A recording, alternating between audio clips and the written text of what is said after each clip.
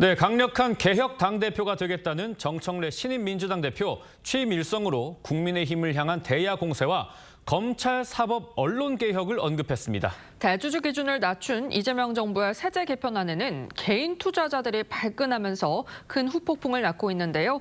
조기현 민주당 법률위 부위원장, 송영훈 전 국민의힘 대변인과 자세히 짚어보겠습니다. 안녕하십니까? 반갑습니다. 네, 저희는 첫 번째 주제부터 보겠습니다. 네, 정청래 신임 당대표는 내란 척결에 총력을 다하겠다면서 국민의힘을 직격했습니다. 그 내용 먼저 들어보시죠. 우리가 잊지 말아야 할 중요한 점은 내란은 아직도 끝나지 않았다는 사실입니다. 내란 세력을 뿌리 뽑아야 합니다. 당이 앞장서서 내란 척결에 총력을 기울이겠습니다. 그리고 아직도 윤석열을 옹호하는 세력이 국민의힘에 있다면 그들과 어찌 손을 잡을 수 있겠습니까? 위헌 정당 해산 심판 청구를 하라는 국민적인 요구가 높아질 거라고 생각합니다. 네, 정청래 대표 현재 내란과 전쟁 중이다라는 건데 국민의힘에 대해서 위헌정당 해산 심판 청구를 추진할지에 대해서 1988년 50 청문회, 광주 청문회와 같은 상황으로 갈 거다 이렇게 언급을 했거든요. 이거 어떻게 해석을 해야 되나요? 그러니까 1988년의 상황을 보면 그때 이제 총선을 통해서 여소야대 국회가 만들어졌고요. 그때 네. 5.18 민주항쟁 진상조사 특위가 만들어져서 이 관련된 사안을 조사를 합니다.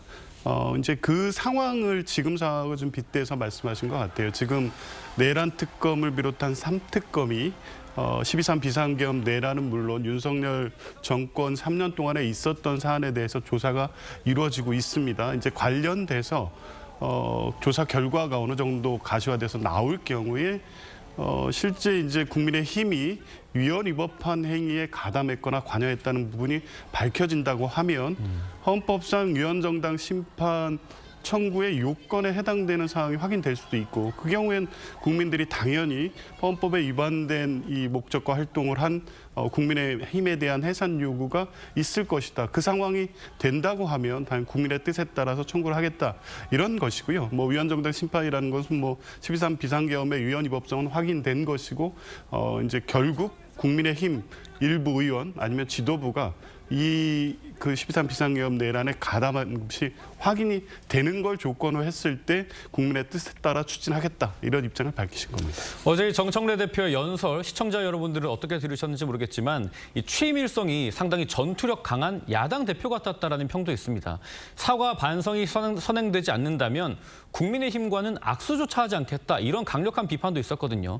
여기에 대해서 안철수 의원은 우리가 불법 계엄 등에 대해서 계속 사과를 하고 있는데 그 입 다물어라, 선전포고다 이렇게 얘기를 했어요. 아무래도 국민의힘 전체를 이 비상계엄에 동조한 이미지로 비춰지게 하는 것, 그걸 상당히 경계하는 것 같습니다. 그렇습니다. 그리고 정청래 의원의 일성을 들으면은 아직도 정신적 야당 대표처럼 보입니다. 사실은 집권 여당은 국민의 먹고 사는 문제, 국민의 삶을 책임져야 되고 그 컨텐츠로서 민생에 있어서 구체적인 성과를 내야 되거든요. 그런데 여전히 과거의 이야기에 매몰되어 있습니다. 사실 우리가 현재와 미래에 대해서 할 말이 별로 없을 때 과거 이야기를 계속하는 것이거든요. 정청래 의원이 끊임없이 국민의힘에 대해서 딱지 붙이기를 하고 일종의 낙인을 찍으면서 계속 공격하는 것은 결국에는 집권 여당 대표로서 민생에 관한 비전과 컨텐츠가 없기 때문이다. 저는 그렇게 생각됩니다. 그리고 국민의힘을 자꾸 무슨 척결의 대상이라고 하는데 100석이 넘는 제1야당을 해산의 대상으로 여기는 것은 우리 헌법재판소가 민주적 기본 질서의 본질적인 요소 중 하나로 판시하고 있는 복수정당제를 부정하는 것이나 다름없습니다. 그러면은 여당 대표가 그렇게 복수정당제를 부인하는 듯한 발언을 할 때 과연 민주당이야말로 반헌법적이라고 하지 않을 수 있겠는가라는 말씀을 돌려드립니다. 네, 정청래 대표가 강력한 리더십을 앞세워서 국민의힘을 향한 강경 투쟁을 예고하면서 여야 관계가 극한 대치를 향할 거다 이런 전망도 있거든요. 어떻게 보시나요? 그러니까 어제 수락 연설에도 정청래 신임 당대표가 말씀하셨지만 이 내란은 끝나지 않았다라는 인식에 기반합니다. 그것은 정치적 슬로건이 아니라 실제 지금 국민의힘에 벌어지는 상황을 보면 12.3 비상계엄에 관련돼서 명확한 입장을 여전히 취하지 않고 있고 지금 주요하게 이번 전당대회에서 당대표로 당선될 가능성이 있는 장동혁 뭐 의원이라든가 김문수 전 장관 같은 경우에 윤석열 전 대통령에 대한 입장을 아직도 명확히 표하고 있지 않습니다. 네. 사과라는 표현은 뭐 12월 3일 이후에 몇 차례 나왔지만 실제 윤석열 전 대통령의 이 복권 내지 구명에 앞장서는 분들이 이 국민의 힘을 주도하고 있는 이런 상황을 보면 과연 내란이 12월 3일 대통령 이후에 대통령이 파면돼서 끝난 것이냐 이런 문제 제기를 안 할 수 없고요. 결국 국민의 힘에 달려 있는 것이다. 이번에 8월 22일 전당대회에서 어떤 대표가 선출되고 정부와 여당에 대해서 어떤 입장을 취하는 리더십이 형성되느냐에 따라서 달라지는 것인데 지금과 같은 이 상황이 주도하는 국민의힘으로 계속 간다고 하면 이와 결부돼서 내란 특검이 수사 상황에서 그 책임 있는 그 국민의힘 지도부가 12.3 비상계엄 관여됐던 것까지 확인될 경우에 그런 국민의힘과 협치를 논할 수 있겠느냐 이런 겁니다. 결국에 국민의힘이 어떻게 하느냐에 따라 달린 것이고 지금과 같은 상황이 계속된다고 하면 여야 관계의 회복은 요원할 수밖에 없다. 이건 객관적 상황 인식이고 당연하다고 봅니다. 여기에 눈에 띄는 게 한 가지가 더 있습니다. 어제 이 정청래 대표가 당대표에 당선된 뒤에 SNS를 통해서 강선우 의원과 통화를 했다. 강선우 의원의 든든한 울타리가 되겠다라는 입장을 밝혔어요. 궁금한 게 갑질 논란으로 장관 후보자 자진 사퇴하신 분한테 어떻게 울타리가 되어주겠다는 겁니까? 그러니까 뭐 그 있었던 사실관계가 모두 뭐 그거를 부인하고 강선우 의원을 인정하겠다 이런 취지는 아닌 것으로 보이고요. 어쨌든 인사청문 과정에서 제기된 여러 가지 문제로 강선우 의원이 후보자에서 사퇴는 했지만 의원으로서 이제 직을 수행해야 됩니다. 이제 그 부분에서 많은 상처를 입었기 때문에 정상적인 의정 활동도 어렵지 않겠느냐라는 우려의 목소리들이 있습니다. 네. 당 대표로서 당연히 전체 의원들을 끌어안고 간다는 취지인 것이고요. 이제 그렇게 해석되면 뭐 적정할 것 같고 강선우 의원의 행위가 비판받던 부분이 모두 옳았다. 보좌관들이 잘못된 시각을 갖고 있다. 이런 취지의 이 말씀은 아닌 거로 봅니다. 예, 그런데 분노한 민심과 정반대로 가는 거 아니냐 이런 의견도 있거든요. 그렇습니다. 강선우 의원 문제는 단순히 국회의원과 국회 보좌진 간의 갑질 문제에 국한되는 것이 아니고 결국 갑질이라는 행태를 우리 정치권이 어느 수준까지 용인하고 그것을 내버려 둘 것인가의 문제거든요. 그런데 네. 정청래 의원이 이렇게 강선우 의원의 울타리가 되어주겠다라고 공언을 했는데 이런 분을 어제 언필칭 110만 민주당 권리당원이 3분의 2 가까이 투표해서 뽑았습니다. 그러면은 민주당은 어제부로 갑질과 더불어민주당이다라고 하는 말을 들어도 할 말이 없게 됐다. 저는 그런 말씀을 드리고 싶고요. 그리고 이 국회 보좌진에 대한 갑질 문제에 대해서 어떻게 대하느냐를 통해서 을뿐만 아니라 우리 사회의 병정무에 대해서도 어떤 시선을 갖고 있느냐 이것이 여과 없이 드러나는 겁니다. 즉 이런 강선우 의원에 대해서 비판을 하기는커녕 울타리가 되어주겠다고 함으로써 민주당은 을과는 싸우고 병정무는 안중에도 없다라고 하는 것을 공공연하게 드러낸 것이 아닌가 이렇게 생각됩니다. 이번 당대표 선거는 친명 선명성을 박찬대와 정청래 중 누가 더 드러내느냐 이 경쟁이었다라고 생각을 합니다. 정 대표는 당대표 출마 각오와 SNS 등을 통해서 당의 진짜 주인이 당원인 당원 주권 정당을 만들겠다라는 포부를 밝혔습니다. 아무래도 이 권리당원의 표가 정청래 대표에게도 집중되기도 했죠. 그렇기 때문에 강성 지지층 의견이 좀 대두될 걸로 보이는데 그러면 중도층 민심과는 좀 떨어지는 것 아니냐 이런 우려도 있을 것 같습니다. 글쎄요, 저는 이게 강성 지지층만의 의견을 대변하는 당이 될 것이다. 이건 뭐 적정한 표현은 아니라고 보는데요. 60% 이상의 지지를 받았다고 하면 전체 당원의 이 총의로서 뽑힌 대표라는 거고요. 지금까지 민주당은 당원 중심의 정당화에 박차를 가해왔고 그것이 여러 부분에서 나타나는데 이재명 이 대통령이 당선되는 과정, 당대표에서 대통령까지 되는 과정 역시 당원이 주도한 것이었고요. 또 비상계엄 내란을 극복하는 과정에서도 민주당 당원들이 또 가장 앞에 섰습니다. 강성 이 당원 지지층이 주도하는 게 아니라 당원들의 총의가 모아지는 뜻에 따라 당을 운영하겠다는 것이 당원 중심 정당의 목표고 방향이고요. 이제 그런 취지에서 보면 강성 당원이 주도하는 정당이다. 이런 뜻은 적당하지 않고 당원들의 뜻, 그 집단적 지성과 집단적 의사 결정에 의해서 운영하는 당으로서 가는 것이고 그 시각은 다소 국민적 이 일반 시각과 조금 다를 때도 있지만 대개 일치해서 같은 눈높이에서 갈 것이다. 저는 그렇게 봅니다. 저희는 다음 주제로 넘어가 보겠습니다.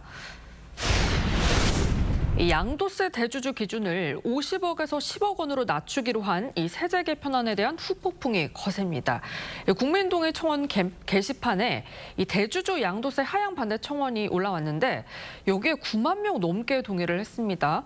5만 명 이상이 동의를 하면 국회 상임위에서 다루게 되는데 지금 반발이 꽤 심하거든요. 이 정도면 당장 철회해야 되고요. 민주당은 진성준 정책위 의장에 대해서 문책성 교체를 단행해야죠. 어차피 새 당대표가 지금 당직 인선을 새로 하겠습니다만은 도저히 더 이상 집권 여당의 정책 수장으로서 정책을 책임질 분은 아니라고 생각이 됩니다. 이 10억 원이라고 하는 기준이 어느 정도인지 제가 좀 하나 예를 들어드리면 우리 국민 누구나 아실 법한 삼성전자가 시가총액이 지금 407조 원입니다. 예. 그러면 누군가가 삼성전자 주식을 10억 원어치 가지고 있다고 해서 그 사람을 대주주라고 할 수 있습니까? 제가 지분율로 계산해 봤더니 0.00024% 정도 돼요. 누군가가 내가 삼성전자 주식을 10억 원 가지고 있다고 하면서 삼성전자 본사에 가서 임원을 좀 만나겠다라고 하면 누구를 만날 수 있을지 저는 의문입니다. 그러니까 이런 대주주 기준 자체가 어불성설이고 왜 주식 투자자들이 반발하는가? 연말에 이 10억 원이라고 하는 기준을 맞추기 위해서 이른바 슈퍼개미, 큰손들이 주식을 팔면은 주가가 떨어질 때 그분들의 주식만 떨어지는 게 아닙니다. 소액 주주들도 같이 피해를 보거든요. 그것을 경험적으로 너무나 잘 알고 있기 때문에 반대를 하는 것이기 때문에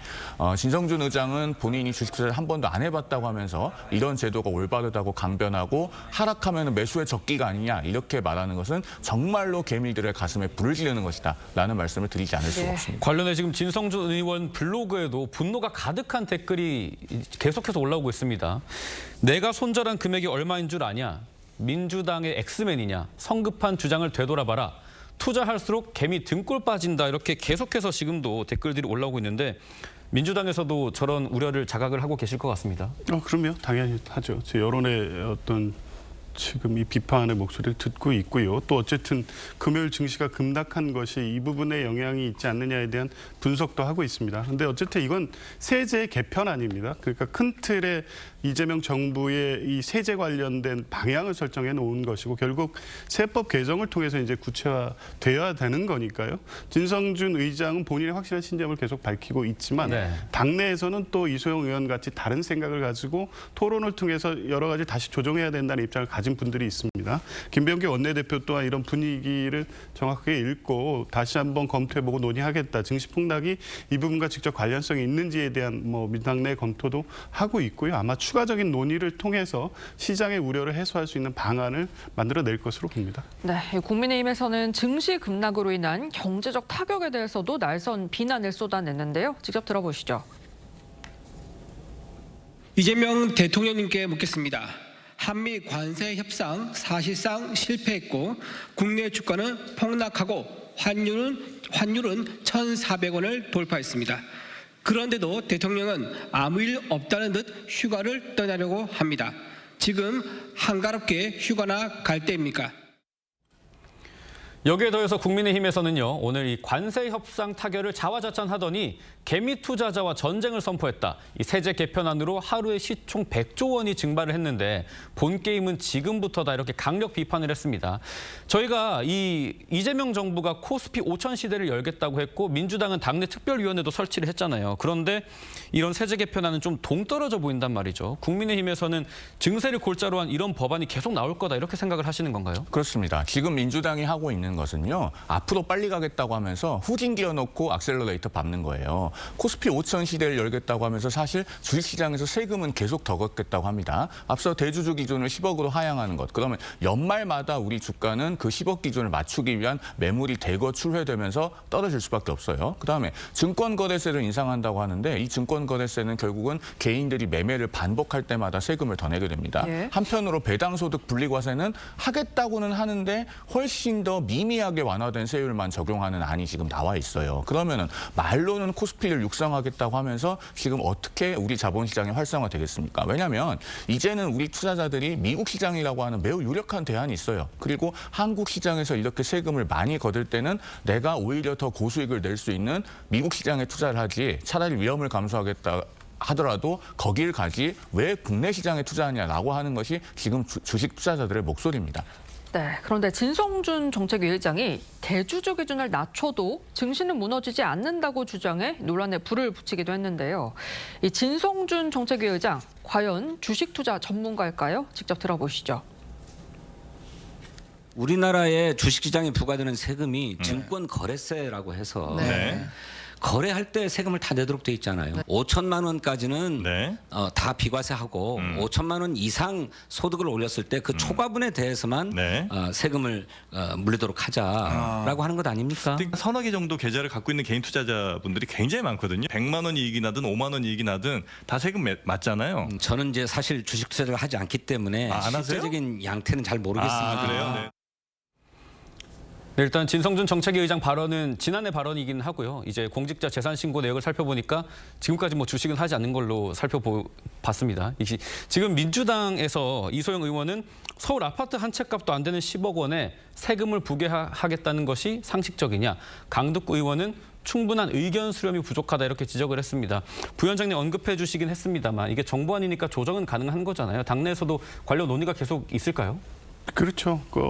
좀 전에도 말씀을 드렸지만 금요일에 증시의 대폭 하락이 이 부분과 영향이 있는지 실제 시장이 동요하고 있는지 투자자들이 실망 매물을 계속 쏟아낼 위험이 있는 것인지 그리고 지금 10억의 입장을 고수했을 경우에 연말에 이 대주주 기준을 탈피하기 위해서 대규모 매물이 쏟아지고 그게 증시 정체에 악영향을 미치는지 이런 부분을 종합적으로 살펴봐야겠죠. 네. 근데 지난번에 10억에서 50억으로 다시 늘렸다가 이걸 회복하는 거 아닙니까? 그때도 비슷한 얘기들이 많이 나왔었지만 실제 우려한 사항은 발생하지 않았다는 측면도 한편은 이제 고려해야 되고요. 이제 결국 이 투자자들의 입장에서 이재명 정부가 추진하는 이 코스피 5천 시대를 가기 위해서 이게 걸림돌이 실제 되겠느냐에 대해서 민주당 내부에서 충분한 검토를 할 예정입니다. 네, 지금까지 정치권 쟁점 짚어봤습니다. 두 분 말씀 여기까지 듣겠습니다. 감사합니다.